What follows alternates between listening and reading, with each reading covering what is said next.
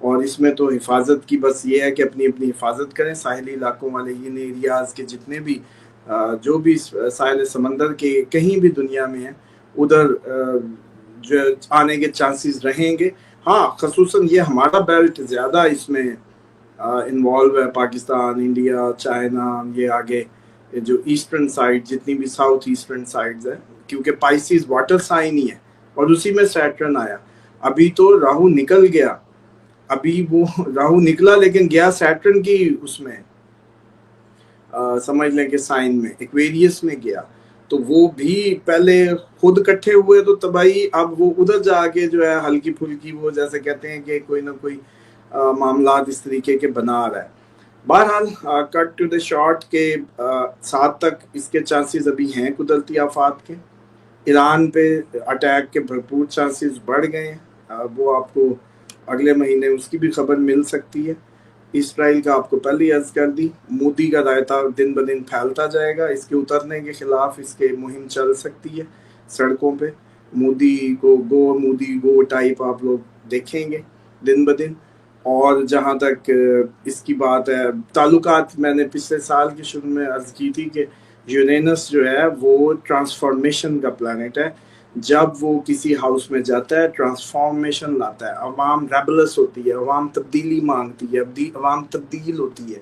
تو ٹورس میں وہ اپنے خارجی تعلقات بدلتا ہے. خارجی تعلقات بدلنے تھے پاکستان نے, وہ دیکھیں نئے ملک نئی کہانیاں جو آپ پہلے اس طریقے سے ایکٹیولی نہیں دیکھ رہے تھے, آپ بڑے ایکٹیولی آپ کے آگے آ رہے ہیں. اور آپ امریکہ سے بھی تھوڑا سا ڈسٹینس کر کے چائنا کے فل فلج قریب جا رہے ہیں لاجیکلی. اور چائنا نے بھی کہہ دیا کہ جی اس پہ اٹیک ہم پہ ہی ہوگا. اب آج جو پانی بند کرنے کا آپ نے کہا نا, ایک فلک بالکل یاد رکھیں, کوئی کسی کا پانی نہیں بند کر سکتا, کوئی ملک. بے شک چائنا انڈیا کو کہہ رہا ہے اب سیلاب میں روک لے نا, خود ڈیم کھول دیے. چائنا خود کیسے روکے گا کہ وہ ڈیم اوور فلو جب ہونا ہے, سیلاب ہی اتنا ہونا ہے تو پھر کھولنے پڑتے ہیں. تو اب اسی طریقے سے ورنہ ٹوٹ جائے گا, خاص لمٹ سے زیادہ جب پانی اس میں بڑھے گا آپ کھولیں گے نہیں تو ٹوٹ جائے گا. تو اب مسئلہ یہ ہے کہ یہ اللہ تعالیٰ کی نعمت ہے, یہ اللہ تعالیٰ کا استحقاق ہے. انسان اوقات بھول جاتا ہے اپنی, قدرت اس کو اپنی اوقات میں واپس لا کے کھڑا کرتی ہے کہ تو پانی شانی پہ زیادہ چوڑا نہ ہو, پانی کوئی کسی کا نہیں روک سکتا. یہ بھی اگر چناب کا جو آپ بتا رہے ہیں, یہ جیسی ادھر ابھی قدرتی آفات اور سب آ رہی ہیں, کسی دن آپ کو خبر آ جائے گی کہ ڈیم کریک ہو گیا. کیونکہ آپ کو یاد ہے میں نے کہا تھا ڈیموں کو کچھ نہ کچھ بمب لگے ہیں یا ڈیموں کو کریک آئیں یا کچھ بھی اس طرح کی خبریں آئیں گی. بلکہ آج میں کہیں دیکھ بھی رہا تھا, وہ کسی نے اتنی پوائنٹ آؤٹ نہیں کی کہ آپ کے انڈیا نے کہیں میزائل مارے ہمارے کسی ڈیم ڈوم پہ, تو وہ جی ادھر سائڈ پہ لگے, ڈیم پہ نہ لگے. اس طرح کی بھی خبر ہے. تو یہ صورتحال جو ہے یہ ابھی چلنی ہے, ایزی مت ہوں. جون تک آپ لوگوں کو بیرونی خطرات فل ہیں. جون کے بعد آپ کے اندرونی احتجاج اور انریسٹ انڈیا پاکستان دونوں پہ بڑھ جائیں گے. اور اس کے بعد جو صورتحال ہے جون کی وہ پھر آپ لوگوں کو خود ہی سمجھ آ رہی ہوگی. کیونکہ یہ دیکھیں ہمارا کام تو اس دن تک ہوتا ہے جب تک آپ لوگوں کو کچھ پتہ نہیں چل رہا ہوتا. جب آپ لوگوں کو خبروں میں خبر آ جاتی ہے پھر مان جاتے ہیں. پھر وہ بے شک اسرائیل کی ہم کہیں کہ یہ جی اسرائیل کا اٹیک ہے, وہ وزیر اعظم نے کہا تو آپ مانیں. ہم نے کہا جی جنگ ابھی بھی جاری ہے, وزیر اعظم نے کہا کہ خطرہ ہے. اب جب کسی ملک کا وزیر اعظم کہہ دے کہ خطرہ ہے تو اس کے پاس تو رپورٹس ہیں نا, ایجنسیوں کی رپورٹس ہیں, خبریں ہیں. تو اب وہ تو نہیں ہماری طرح ایسٹرالوجی کر رہا نا ٹیکنیکلی. تو اس نے جب کہا پھر مانے. اب بھی یہ ہے کہ یہ جو صورتحال ہے دن بدن یہ خراب ہو رہی ہے, اکانومک سچویشنز آپ لوگوں کی مزید خراب ہوں گی. اور گولڈ کا پھر عرض کر دوں, بار بار میں اس کو اس لیے کرتا ہوں میسیج کو کہ لوگ اس میں بڑے کنفیوز سے نظر آتے ہیں. صرف گولڈ ہی راہ حل ہوتا ہے کیونکہ گولڈ ایکچوئل ویلتھ ہوتی ہے, بس اس کے اوپر نیچے جانے سے کوئی فرق نہیں پڑتا.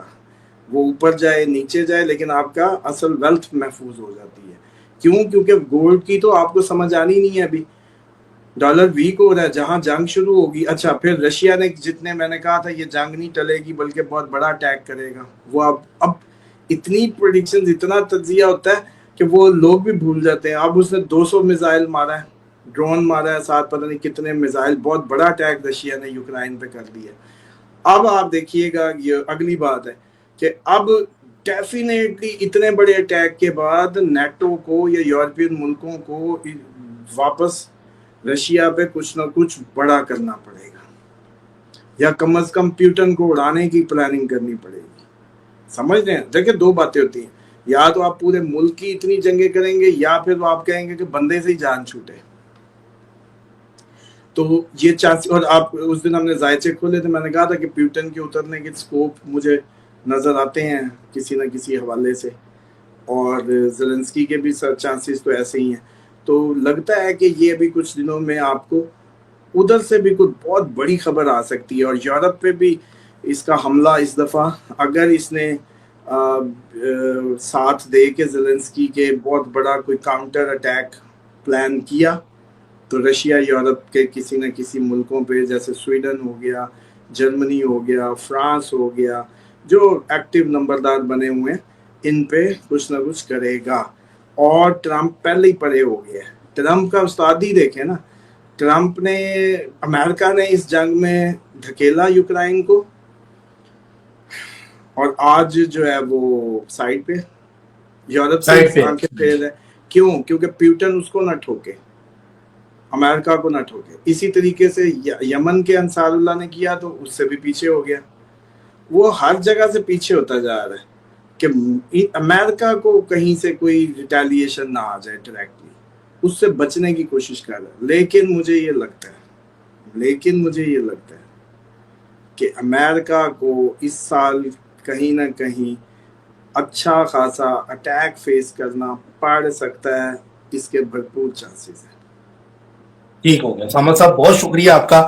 آپ نے لوگوں کو دن بدن لے کے چل رہے ہیں. آج 27 مئی 2025 ہے جب ہمارا پروگرام دیکھ رہے ہیں, اور جو چیزیں جیسے سے تبدیل ہوں گی, جو چیزیں آئیں گی, اور مین بات اسامہ صاحب کی جو کیلکولیشن دن بدن پوری ہو رہی ہے, وہ ہم آپ کے سامنے لے کر آ رہے ہیں. اور آگے بھی انشاءاللہ تعالیٰ ناظرین ایسا جڑے رہے, ہم زوڈک سے ریلیٹڈ بھی اسامہ صاحب کے ساتھ آگے پروگرام کریں گے. آپ اس چینل پر دیکھیں گے, سبسکرائب کر لیں, بیل آئیکن دبائیں, آل پہ کلک کریں, اور ویڈیو تاکہ آپ کو سب سے پہلے ملے. اور اسٹرالوجی جو لوگ مجھ سے کمنٹ کر رہے تھے, جو سیکھنا چاہتے ہیں, وہ جو یہ نمبر ہے, کچھ لوگ فیس پوچھ رہے تھے, وہ آپ اس نمبر پر رابطہ کریں, وہ اسامہ صاحب آپ کو خود ہی بتائیں گے.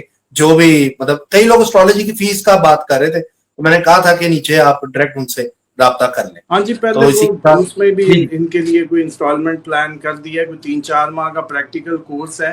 اور یہ لاجیکل ہوتا ہے ویسے بھی کہ اتنا بڑا سکل ہے آپ کا, ہائیلی ایکسپینسو یہ فیلڈ ہے جو اسٹرالوجی ہے. آپ ایک 4 ماہ میں اس قابل ہو جائیں گے انشاءاللہ. میرا ٹارگیٹ یہ ہوگا کہ آپ ایک پروفیشنل پریڈکشن کے قابل ہو جائیں. کسی کوئی اگر آپ کے پاس آئے اپنی زندگی کے حوالے سے پوچھنے یا پوچھانے یا کوئی بھی, تو آپ اس کو جو ہے اس کی کم از کم زندگی کے جو میجر پریڈکشنز ہیں پارٹ, باقی تو یہ ساری زندگی لگ جاتی ہے اس میں, علم کی کوئی حد نہیں ہے.